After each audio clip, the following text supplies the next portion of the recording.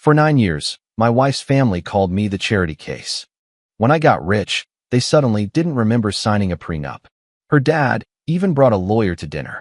So I smiled, unzipped my bag, and what I pulled out left every one of them speechless.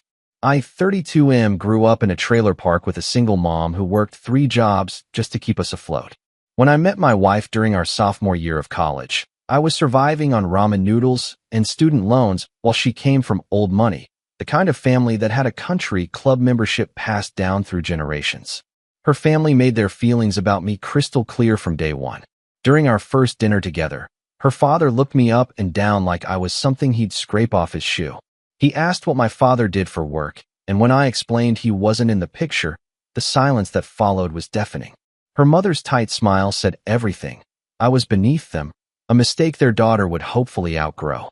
The insults started subtle, but became increasingly brazen over the years. They'd introduce me as the project to their friends, always emphasizing how they were helping me better myself.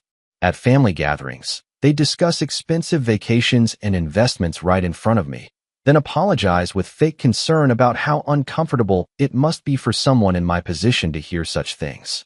Her older brother was the worst. He'd slip me 20s at restaurants, claiming he wanted to help with the tip since he knew money was tight. When we bought our first modest house, he joked about how nice it was to see someone like me finally get somewhere in life, even if it was because of who I married. Through it all, my wife stayed silent. I convinced myself she was just keeping the peace, that privately she had my back. Looking back, her silence was complicity. The prenup conversation happened 2 months before our wedding. Her father presented it during what I thought was a casual dinner, sliding the thick document across the table with a satisfied smirk. He explained how important it was to protect the family assets from people who might have ulterior motives. The message was unmistakable. I was a gold digger who needed to be contained. I signed it without reading every detail. I was 24, in love, and honestly just wanted to marry her. I figured we'd build our own life together anyway. What did their money matter if we had each other? The years that followed were a masterclass in psychological warfare disguised as family dinners. Every holiday, every birthday, every gathering was another opportunity for them to remind me where I stood in their hierarchy. They discussed their stock portfolios and real estate investments, then turned to me with mock concern about my student loans. Her mother would suggest career changes that might be more suitable for someone with my background. But I had something they didn't expect, ambition that burned hotter than their contempt. While they saw a charity case, I was quietly building something they couldn't comprehend. I'd always been good with technology, spending my teenage years fixing computers and building websites for local businesses. During the early years of our marriage, while working my day job, I spent nights developing a software solution for small businesses struggling with inventory management. The breakthrough came 3 years ago when a major retailer noticed my platform and wanted to license the technology. What started as weekend side work suddenly became a multi-million-dollar acquisition offer. I kept quiet about it, even from my wife, while lawyers worked through the details. The money changed everything, but I didn't let it show. I kept driving my old car, kept our modest house, kept wearing clothes from Target. But privately, I started making investments, buying properties under an LLC, building wealth they couldn't see or track. My wife's family continued their pattern of casual cruelty, oblivious to what was happening behind the scenes. Last Christmas, her father handed me a gift card to a discount clothing store, suggesting I might want to dress better for family photos. Her mother asked if I'd considered going back to school for a more respectable career. They were so convinced of their superiority that they never noticed the subtle changes, the way I stopped flinching at their comments, how I'd smile quietly when they discussed their financial superiority. Everything came to a head last month when my wife mentioned to her family that we were considering upgrading our house. Suddenly, the prenup became a topic of conversation again. Her father called a family meeting, explaining how important it was to protect everyone's interests as we moved forward in life. That's when things got interesting.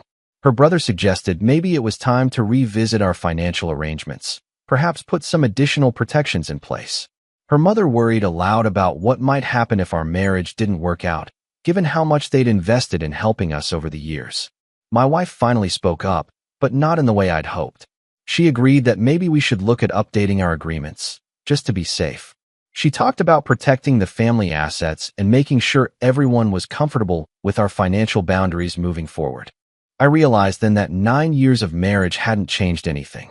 I was still the charity case in their eyes, still someone who needed to be managed and contained. The love I thought we'd built together was conditional on my continued acceptance of their hierarchy. 2 weeks ago, her father asked me to join the family for dinner, mentioning he had something important to discuss.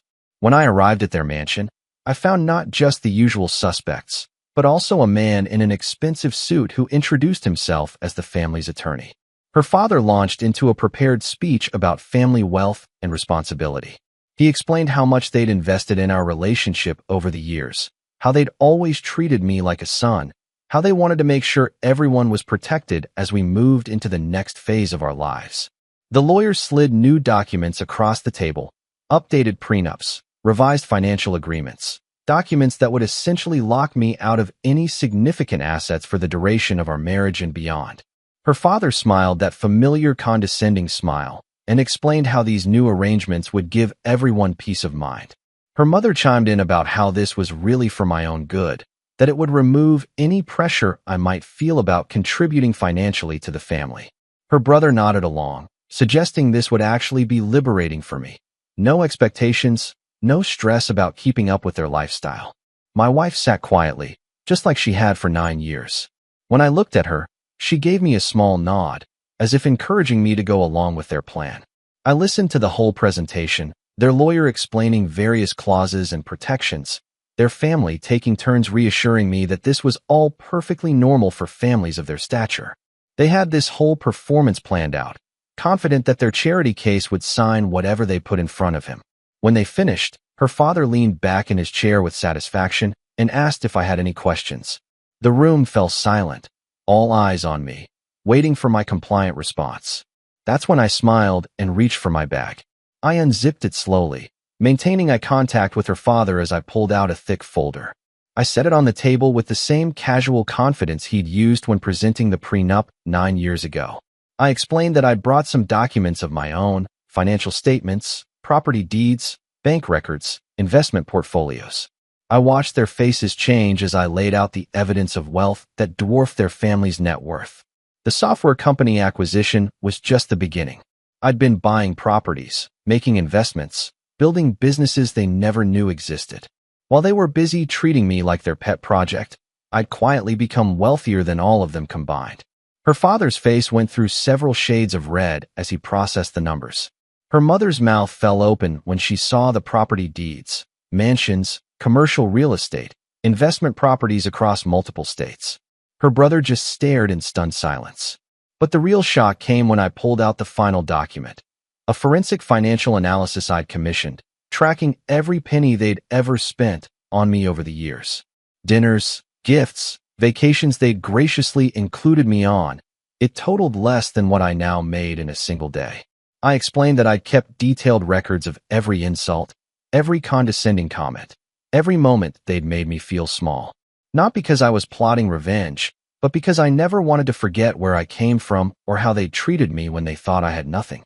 The lawyer, their lawyer, looked through my documents with growing amazement.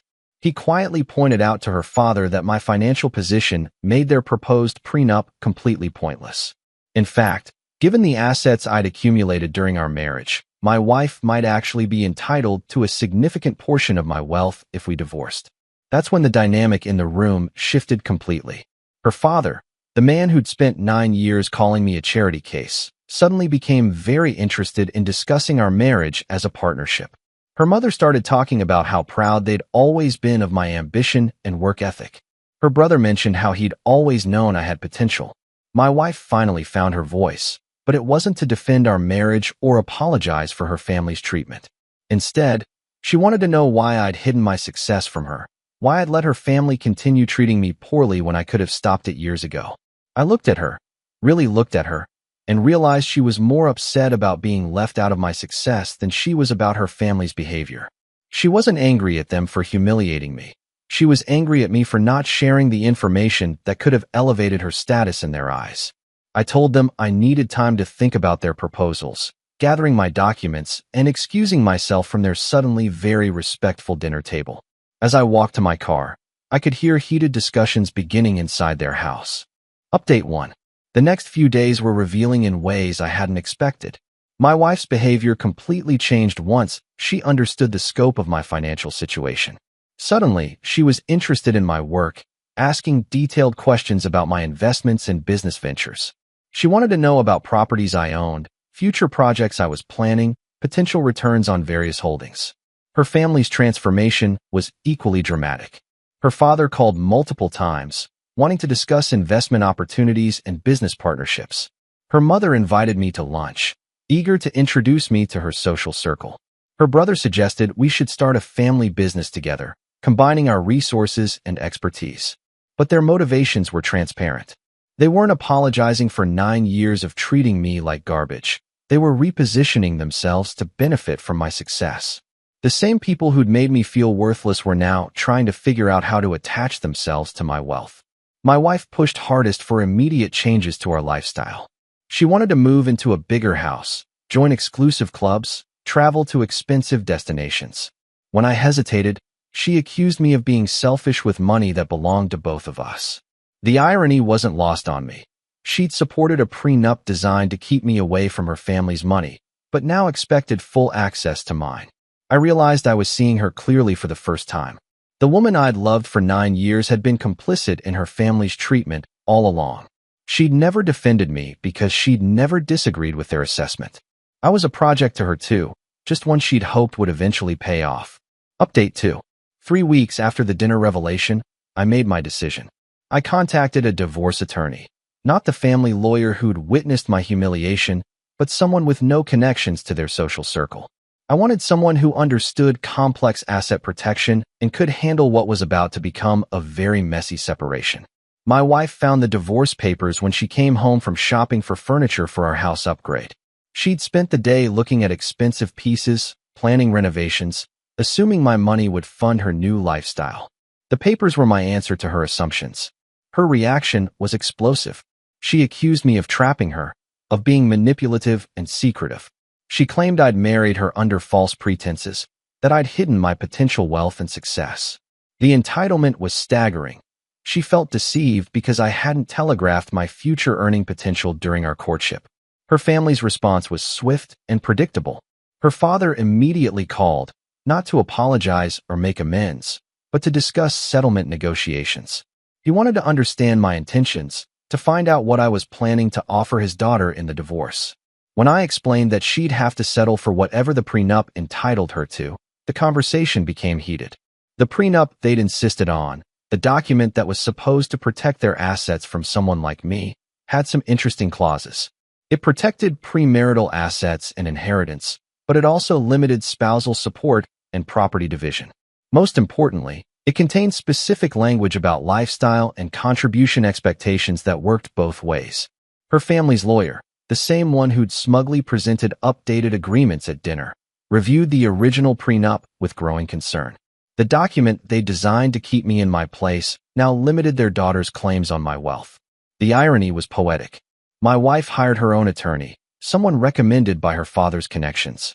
They looked for loopholes, challenged the validity of the prenup, argued that my hidden wealth constituted fraud.